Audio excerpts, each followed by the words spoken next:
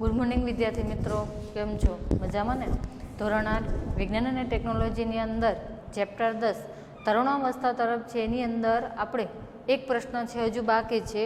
ફેરબુકની અંદર આપણે 2 પ્રશ્નો લખેલા હતા. હવે એના પછીનો ત્રીજો પ્રશ્ન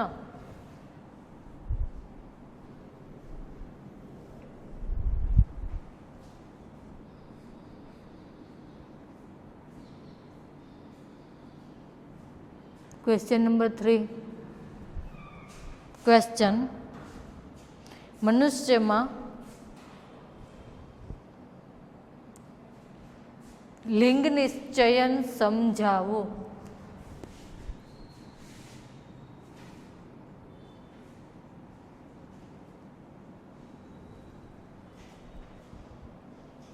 जवाब में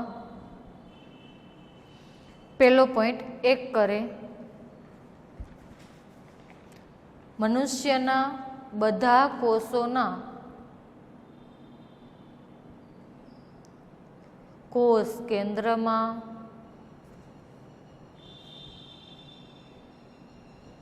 23 जोड़ रंगसूत्रों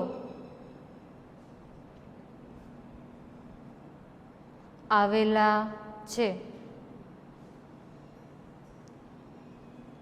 बीजो पॉइंट नवी लाइन में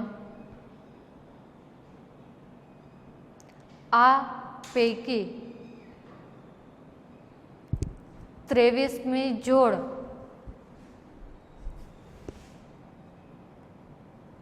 काउंस में 1 जोड़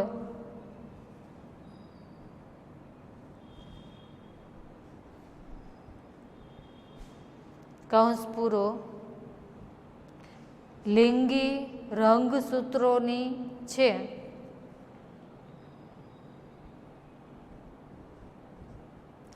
नव लाइन में त्रीजो पॉइंट स्त्री में XX अने पुरुष में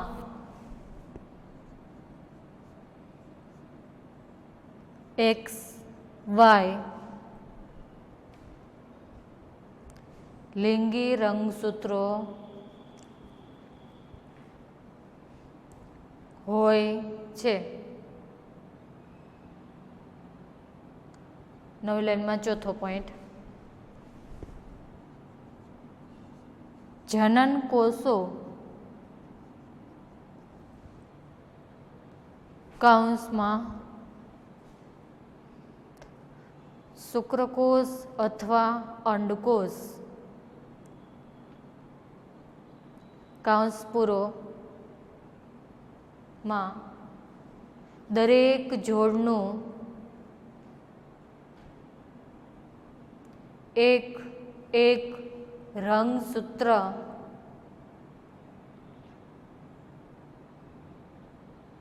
होय छे।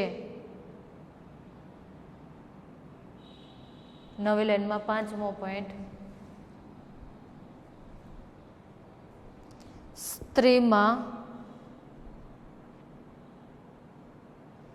अंडपिंड मांथी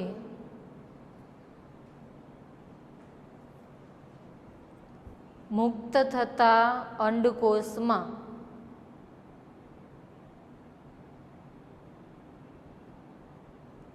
हमेशा लिंगी रंगसूत्र होय छे। छठो पॉइंट नवी लाइन में पुरुष में शुक्रपिंड में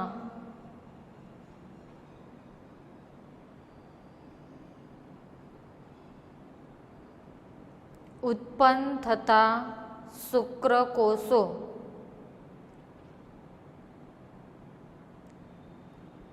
बे प्रकारना होय छे।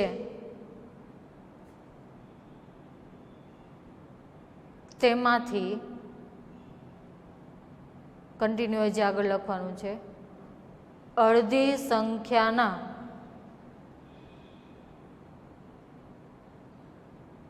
શુક્રકોષો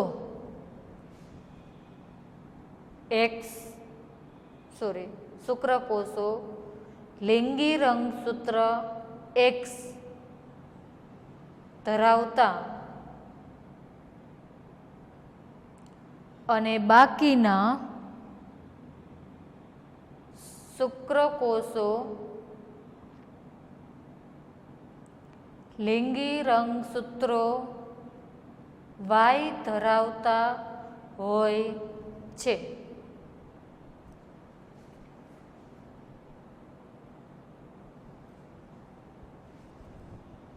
નવી લાઈનમાં 7મો પોઈન્ટ.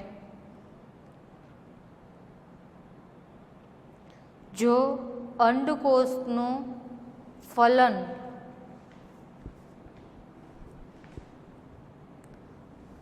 રંગસૂત્ર એક્સ ધરાવતા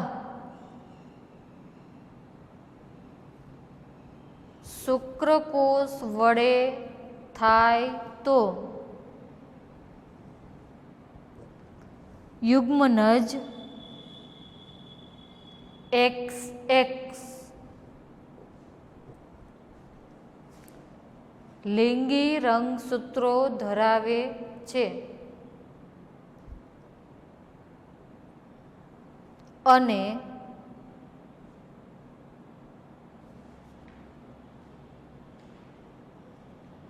છોકરી તરીકે વિકાસ પામે છે.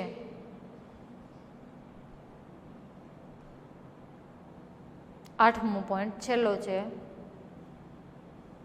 જો અંડકોષનું ફલન વાય રંગસૂત્ર ધરાવતા શુક્રકોષ વડે થાય તો યુગ્મનજ એક્સ વાય લિંગી રંગસૂત્રો ધરાવે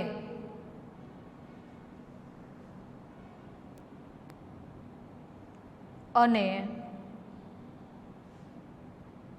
છોકરા તરીકે વિકાસ પામે છે. નવી લાઈનમાં એરાને નિશાની કરી આખો જે પ્રશ્ન છે એને ઉલ્લેખીને અહીંયા તમારે પોઈન્ટ આપેલો છે, લખો. આમ યુગ્મનજમાં જન્મ લેનાર બાળકના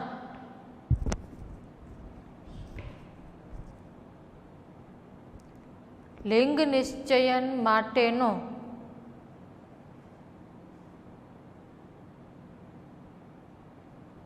સંદેશ હોય છે.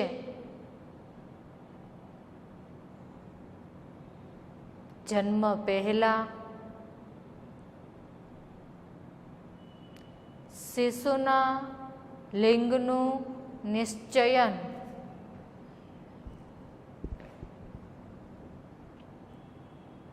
તેના પિતાના લિંગી રંગસૂત્રો વડે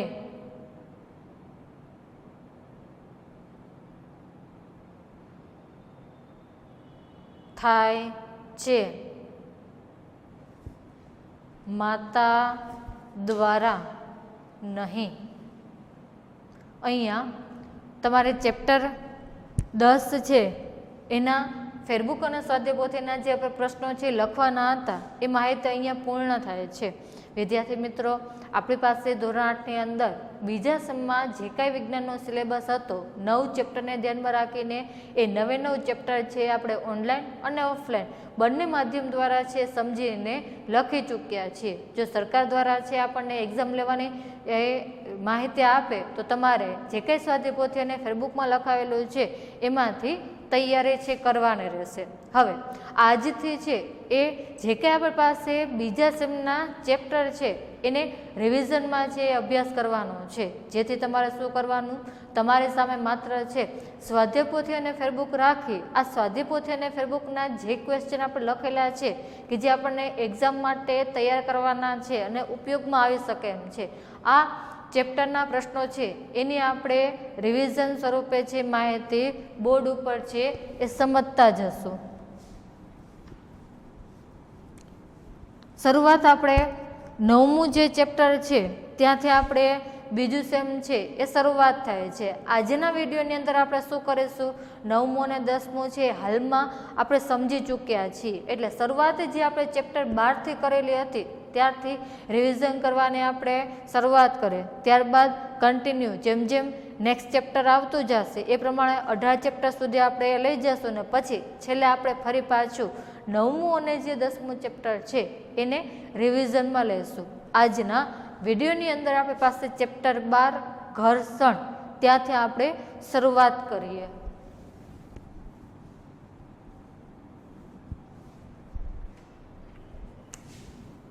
ચેપ્ટર 12 ઘર્ષણ. તમે શરૂઆત સ્વાધ્યાય પોથીથી કરીએ એટલે તમારી સમક્ષ છે એ સ્વાધ્યાય પોથી છે એ ખોલીને તૈયાર રાખો. જે કંઈ MCQ પ્રશ્નો છે નાનાથી લઈને મોટા, જોડકા, ખાલી જગ્યા બધી જ વસ્તુ છે આપણે રેપિટેશનમાં અભ્યાસ કરવાનો છે.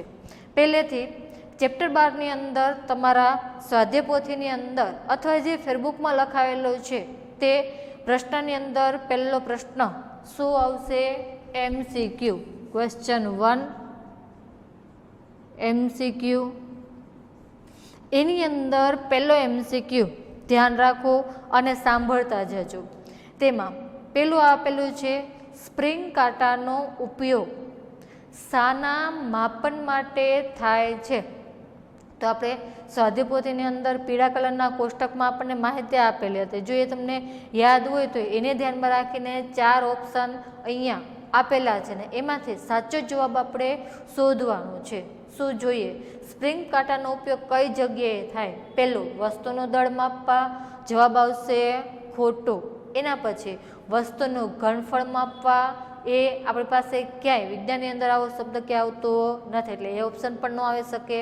ત્રીજું વસ્તુની ઘનતા, ઘનતાની વ્યાખ્યા તમે યાદ કરો. ઘનતા એટલે શું થાય, દળના છેદમાં કદ. તો આવો શબ્દ પણ આપણને આ ચેપ્ટરમાં આપેલો નથી. હવે ચોથો શબ્દ, ચોથો ઓપ્શન શું છે, વસ્તુનું વજન.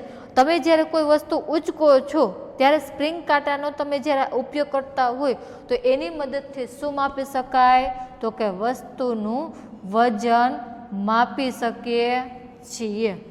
એના પછી આગળ બીજો પ્રશ્ન તમને આપેલો છે, જમીન પર મૂકેલા મોટા લાકડાના બોક્સને પૂર્વથી પશ્ચિમ દિશા તરફ ધકેલવામાં આવે છે તો બોક્સ પર લાગતું ઘર્ષણ બળ કઈ દિશામાં હોય.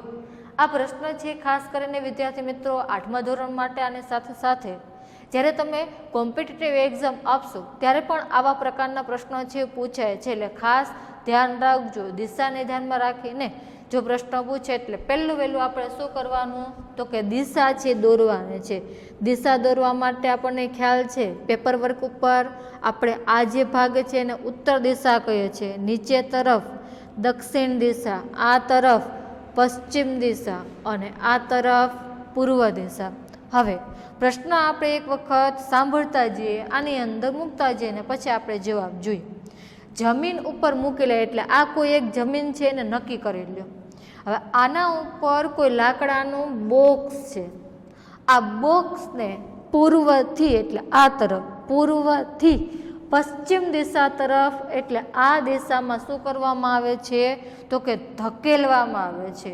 તો આ બોક્સ ઉપર કેવા પ્રકારનું કઈ દિશામાં ઘર્ષણ બળ લાગે એ શોધવાનું છે.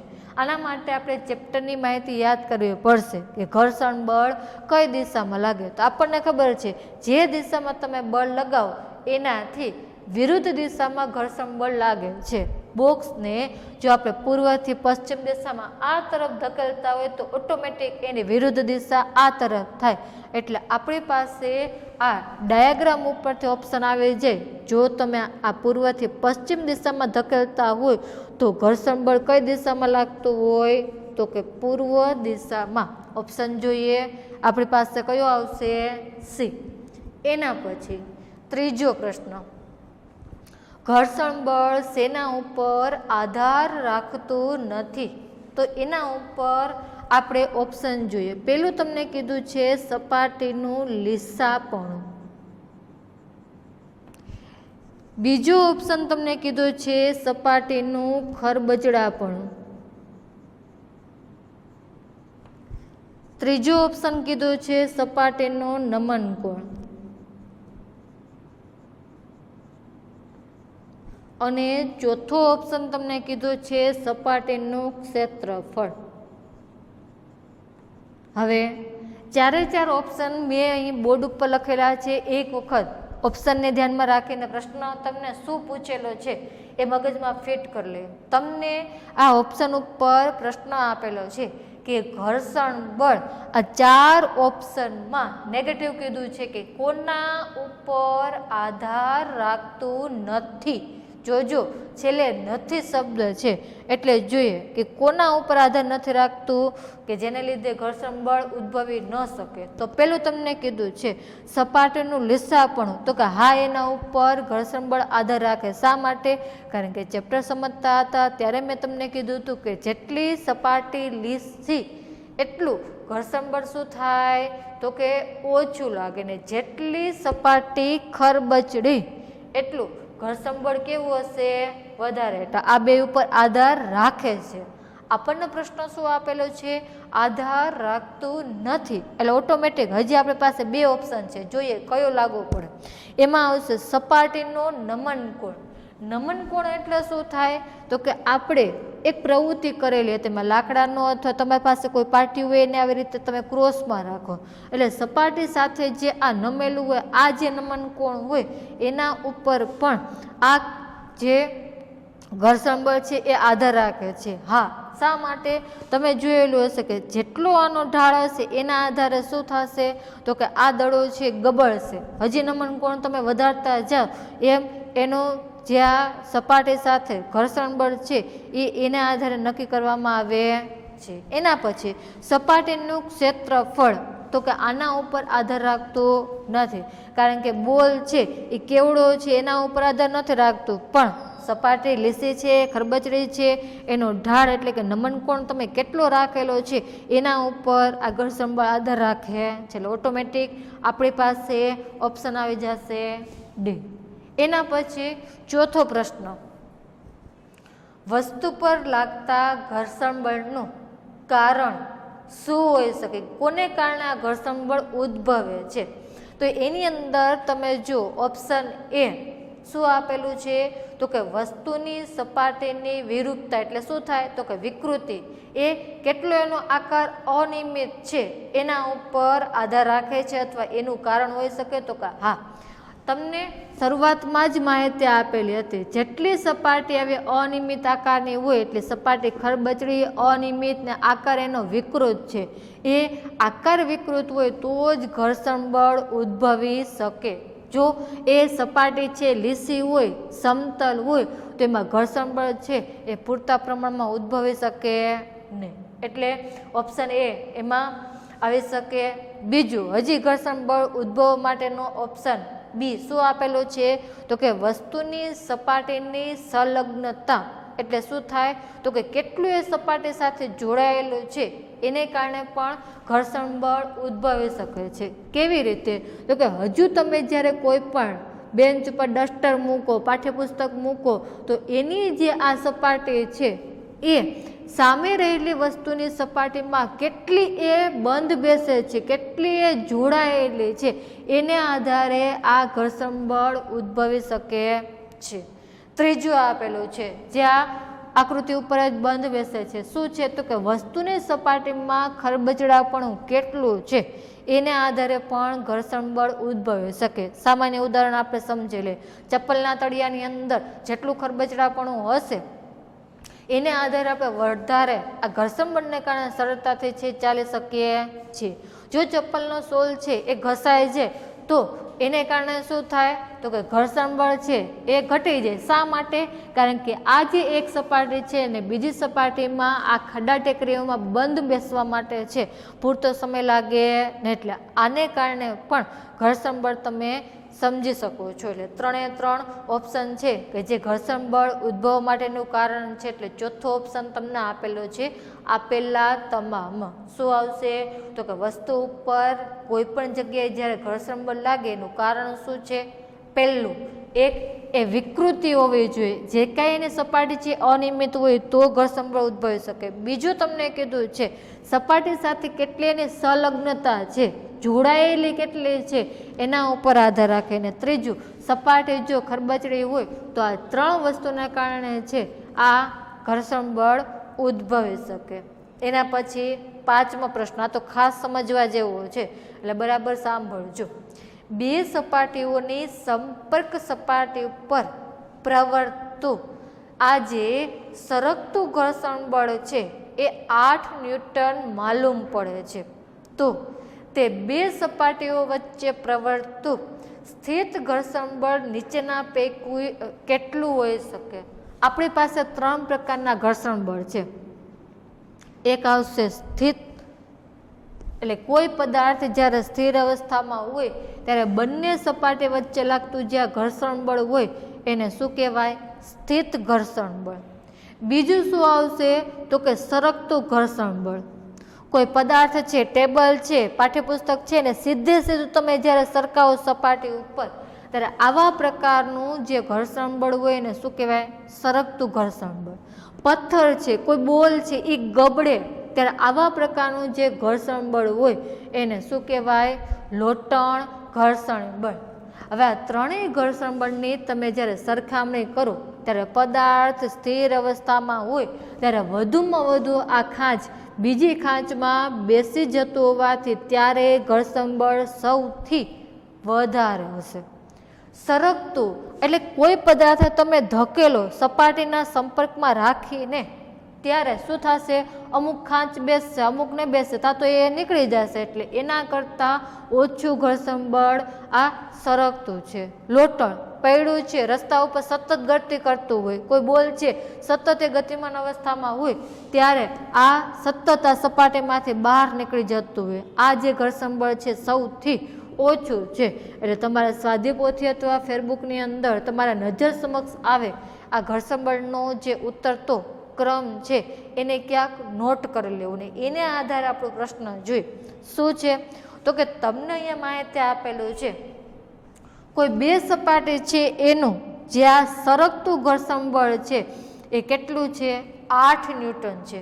હવે બે સપાટીઓ વચ્ચે લાગતું આ સ્થિત ઘર્ષણ બળ છે તમારે શોધવાનું છે. એટલે ઓટોમેટિકલી આ ડાયાગ્રામ ઉપરથી આપણને એટલી ખબર પડે છે જો સરકતું ઘર્ષણ બળ છે એ 8 ન્યૂટન હોય તો એના કરતાં વધારે વેલ્યુ હોય એવું જ આ જે મૂલ્ય તમને આપેલું હોય એ કોનું હશે તો કે સ્થિત ઘર્ષણ બળ. શા માટે? કારણ કે આ ડાયાગ્રામ ઉપરથી કહી શકીએ કે સરકતું ઘર્ષણ બળ છે એ સ્થિત ઘર્ષણ બળ કરતાં ઓછું એટલે આની વેલ્યુ કેવી આવી જોઈએ? વધારે આવી જોઈએ. 8 કરતાં વધારે વેલ્યુ કઈ આપેલી છે તો કે ઓપ્શન તમને એ આપેલો છે. શું છે? 10 ન્યૂટન. એના પછી તમને વેલ્યુ કઈ આપેલી છે? 5 ન્યૂટન, 4 અને 2 ન્યૂટન. હવે આના માટે તો ઓપ્શન આ લાગુ પડે છે કે સરકતું ઘર્ષણ છે એના કરતાં ઓછું ઘર્ષણ બળ શેમાં લાગે? લોટણ ઘર્ષણ બળ.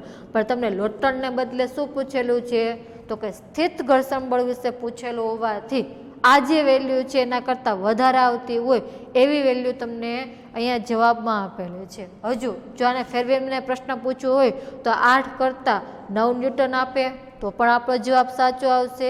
એના પછી 10 તો ઓલરેડી તમને અહીંયા આપેલો છે. હજુ 12 ન્યૂટન આપે, 15 ન્યૂટન આપે તો બધા જ જવાબ સાચા આવશે. કારણ કે લાઈન ઉપરથી આપણે કહી શકીએ કે સરકતું ઘર્ષણ બળ છે એના કરતાં વધારે મૂલ્ય કોનું હોય? સ્થિત ઘર્ષણ બળ. 8 કરતાં આની વેલ્યુ કેવી હશે? વધારે.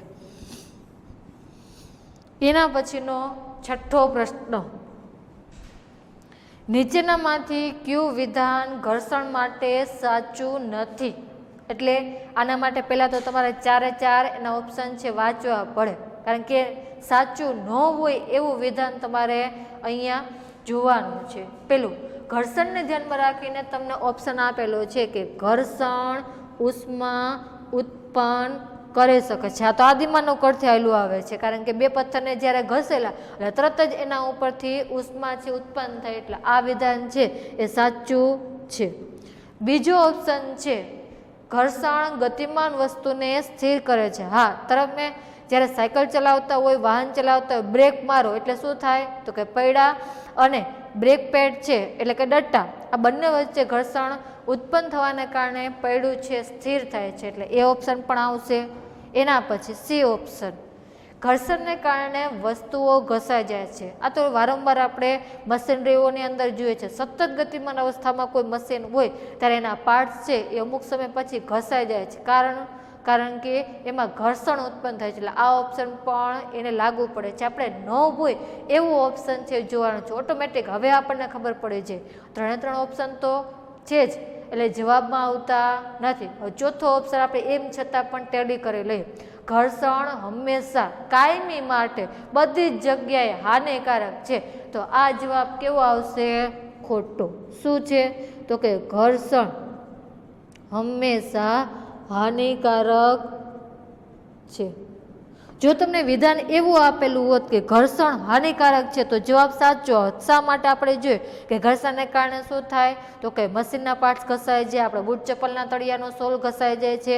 ઘણી વખત આપણે મશીનરીમાં જોઈએ બ્લેન્ડર છે, મિક્સર છે, એ બધી વસ્તુ ગરમ થઈ જાય છે. શા માટે? ઘર્ષણ. પણ હંમેશા માટે હાનિકારક નથી, કારણ કે એના ફાયદા પણ છે. શું છે?